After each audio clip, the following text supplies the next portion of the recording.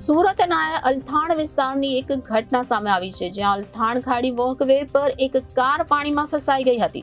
આ ઘટનાની જાણ ફાયર વિભાગને કરવામાં આવતા ફાયરના જવાનો પણ ઘટના સ્થળે પહોંચ્યા હતા અને પાણીમાં ફસાયેલી કારમાંથી યુવકનું રેસ્ક્યુ કરવામાં આવ્યું હતું. સુરતમાં ભારે વરસાદના કારણે ખાડીઓ ઓવરફ્લો થઈ ગઈ છે અને ખાડીનું પાણી વોકવે પર ભરાતા વાહન વ્યવહાર ખોરવાયો છે. સુરતના અલથાણ વિસ્તારમાં કાર પાણીમાં ફસાઈ હતી, તો અલથાણ ખાડી વોકવે પર કાર પાણીમાં ફસાઈ હોવાના દ્રશ્ય સામે આવ્યા છે.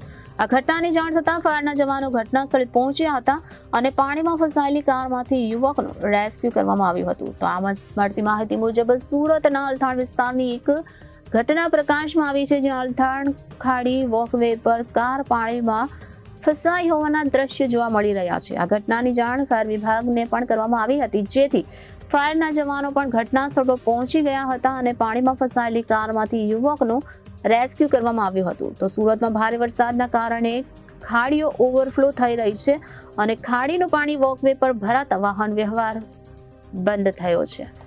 Reporter Arvind Rathod, Janadesh news, Surat.